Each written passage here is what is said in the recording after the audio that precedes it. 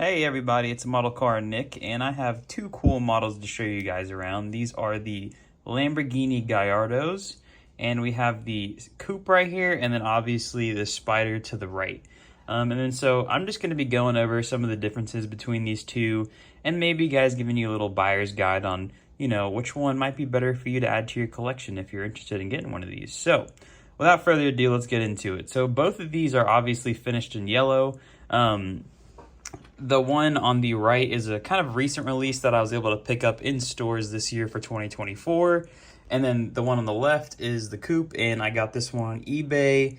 I don't actually know when this one officially released, but I think this one's a pretty old model. I got a second hand, so it didn't come with a box or anything like that. But I do like it a lot. It's a pretty sick model. And just little differences between the two right now off the start is I feel like they're just ever so slightly different colors. I feel like this one, the coupe, the newer one, has just a little bit more metallic flake to it compared to the older version. That being said, when they're right next to each other, they look pretty much identical. Just this one is a slightly different shade of yellow.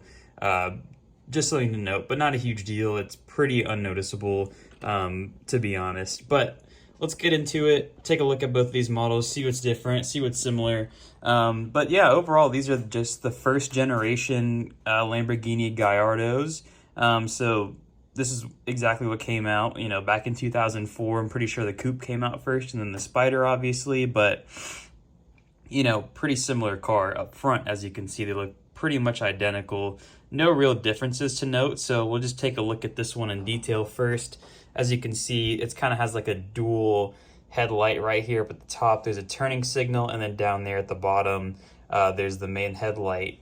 Looking up here at the front, though, there's a Lamborghini badge, and it's just a sticker on there. It's not an actual, a real emblem or anything like that, but it doesn't look too horrible. There is a pretty bad panel gap, I must say, right here up at the nose of the front car, so that's kind of interesting that the coupe also has it, but it's not as bad as the convertible over here. So maybe pros or cons, I don't know. I'm sure it varies model to model. So if you're picking one of these up secondhand, that might be something to note. You can see a little yellow thing right under here.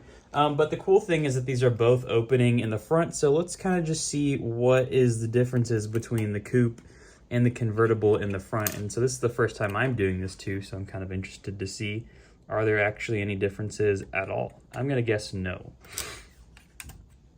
And so, yeah, looks like I was right. Absolutely no differences up here in the front. So, as you can see, nothing really to talk about. It's pretty empty up there. It's not too deep, but you could store some stuff in there in real life if you really wanted to. It's not quite big enough to fit the AirPods in there, but you could probably get a few Smarties in there or something if you really wanted to. So I'll go ahead and close that back up and we'll keep moving along. So both these cars have the same hoods. As you can see, they both have these two little air lines that come through in the front. It kind of looks like the Spider's is a little less pronounced. As you can see, they kind of curve off towards the edge, while the coupe seems to be a little bit more sharp. So interesting little differences.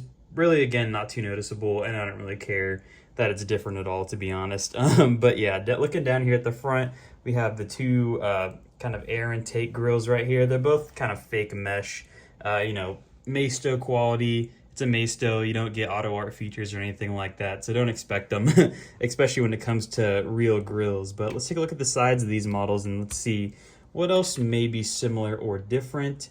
So the first thing I notice up front is the wheels actually are different, which I'm not realizing until just now. So these kind of have like a Y design towards the end that's a little bit more V-like. And then as you can see, the one on the coupe is kind of more blocky, and the spokes at the end where these holes are a little bit more, shorter. So I don't really have a preference. I think they both look fine. I don't think either one's better than the other one. I think this one's just a little bit better to see the brake calipers and rotors behind there. So we'll take a look at those. As you can see, they're they're drilled brake calipers. And then they also have a silver rotor behind them with the Lamborghini riding down the side. So it looks pretty good.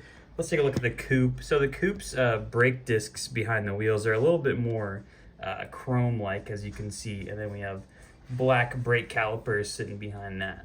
All right, and then also the center caps I'd like to show you guys. So they're pretty boring. I mean, you can't really even make out the detail. Obviously, that's a Lamborghini badge. But on the old one, as you can see, or the coupe model, the center cap is a lot more faded, and it just looks like it's black and white, and you can't really make out the detail. But the convertible, you actually get a nice crisp Lamborghini sticker, but the kind of center-ishness of it isn't really like realistic to a real car. It's kind of just stuck on there, no like center cap to mention. So I guess a flaw, but not really a big deal, really, to be honest, at this price point. So let's keep moving on down the side. As you can see, both these cars have very similar side profiles. They both have this little air vent, and they look pretty much identical. The door handle looks like it's a little bit more pronounced on this model, as you can see, but it's not actually like cut out or anything. It just has a little indentation around there, but the coupe looks a little bit more seamless with the body. Again, nothing really too, crazy to mention, and it's not really a big deal. Let's take a look at these door gaps. So it looks like on this newer model, the door kind of sticks out a little bit, unfortunately. It doesn't really look too good with the panel gaps. Let's take a look at the other side. I think just the coupe, it just looks a lot more flush. Maybe the panel gap's a little bit more, just a little bit more tight compared to the convertible version, but not really a big deal again. And let's take a look at this side vent right here. So these are both finished in kind of a black plastic. As you can see, you can't see anything behind those vents. There's also a little upper vent right here, which is a little bit different than the coupe, as you can see.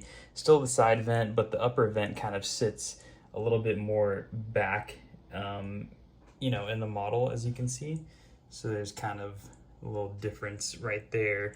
But where these models really get different, obviously the roof, we have like a gloss black surrounding the windshield up here, and then the roof of this car is just body colored, obviously.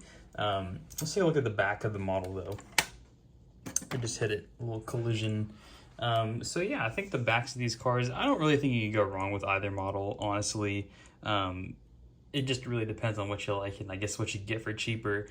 Pretty much everything from, I'd say the waistline down is pretty much identical on both these models. We'll take a look at the coupe real quick. As you can see, nice, actually pretty good detail on these taillights. There's little circles inside of them, which is pretty nice. Dual exhausts on both of these. And then honestly, license plate is actually identical, same license plate number, not that that matters whatsoever. Lamborghini badges right here on both of them. Let's take another look at that one. This one actually looks a little interesting. It says I guess it looks interesting because it's faded over time, and then the nice crisp looking one, as you can see, looks pretty good. So I guess these don't really hold up over time. They both have rear spoilers back here though.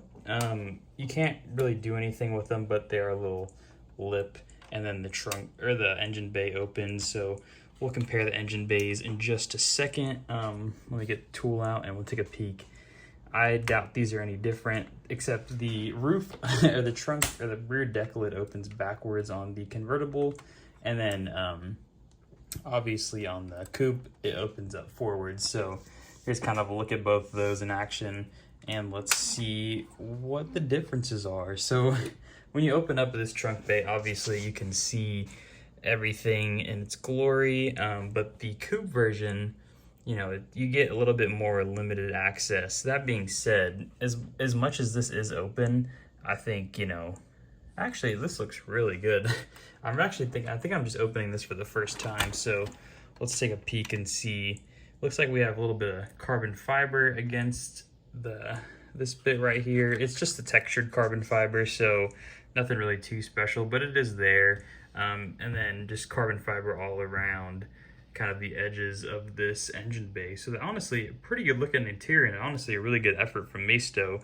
The exhaust boxes right here don't look very good because they're finished in just this matte black plastic. This should probably be in aluminum.